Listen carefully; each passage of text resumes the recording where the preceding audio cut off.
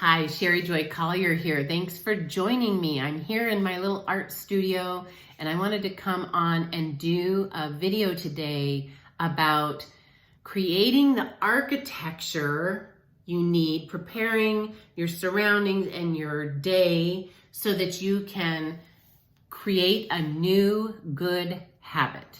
So whatever habit that is good and that is new that you're wanting to create, you can actually set yourself up for success better by preparing your environment, preparing certain things that you need to have in place. I call it the architecture of creating a new habit. So one of the things you can do is think through, okay, let's just take an example. Let's say that I want to get into the habit of reading the Bible every single day.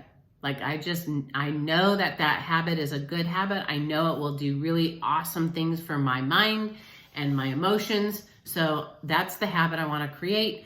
And I think it would be best, let's just say that I would like to create that habit in the morning.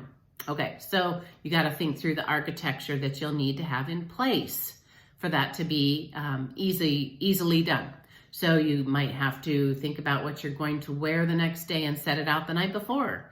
You might want to set up a chair in a quiet room somewhere, or outside would be even better if you can.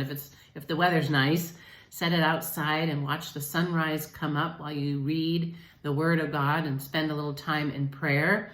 So get the things in place the night before so that when you get up in the morning, you can easily maybe go into the kitchen, make yourself a cup of green tea, make up an egg, or I don't know, whatever you eat, and take it out with you. Take it with you as a part of your whole morning devotional routine.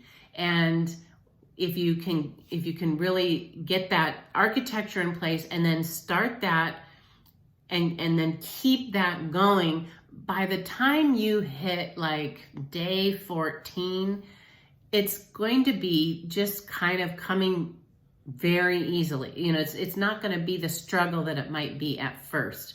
And I have certainly found that I've had no choice but to create some new habits in my life lately. I had a blood clot in my right leg come up after I spent a lot of time, many days for 2 months in the hospital, watching over my husband who was on a ventilator. And because of my sitting and my genetics, I have a genetic mutation called factor V Leiden. I developed a blood clot and it made my legs swell up and my knee was hurting so bad and I couldn't really walk very well. And so for my health, I had to start making some changes. And so I had to create some habits that were really hard to create. One of them is in addition to my wonderful morning routine of having my devotionals out in the sunshine, if it's sunny, out in the sunrise.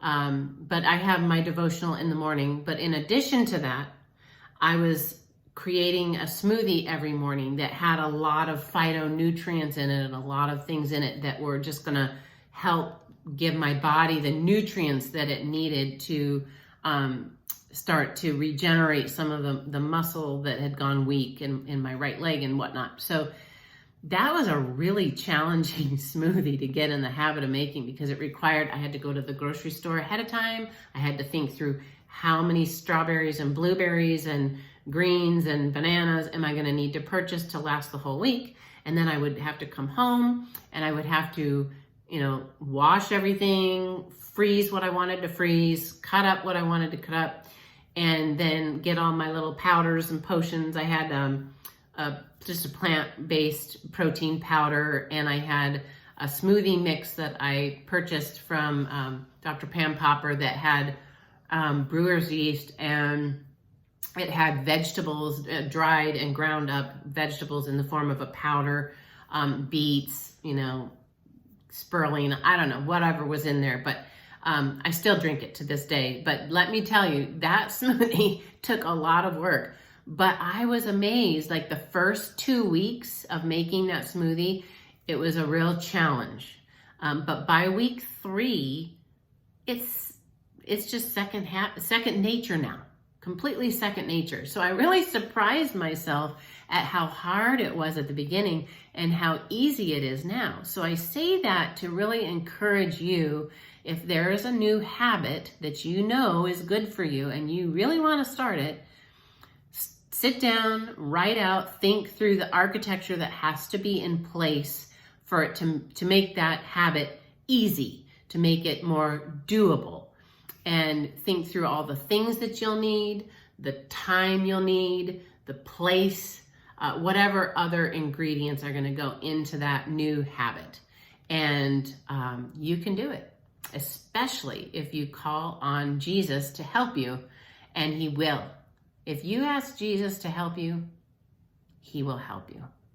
All right, be blessed. Have a wonderful day. Please click like and subscribe and share this out to anyone who you might think would be interested in this short little video about the architecture of new habits. Okay, have a great day. Thank you.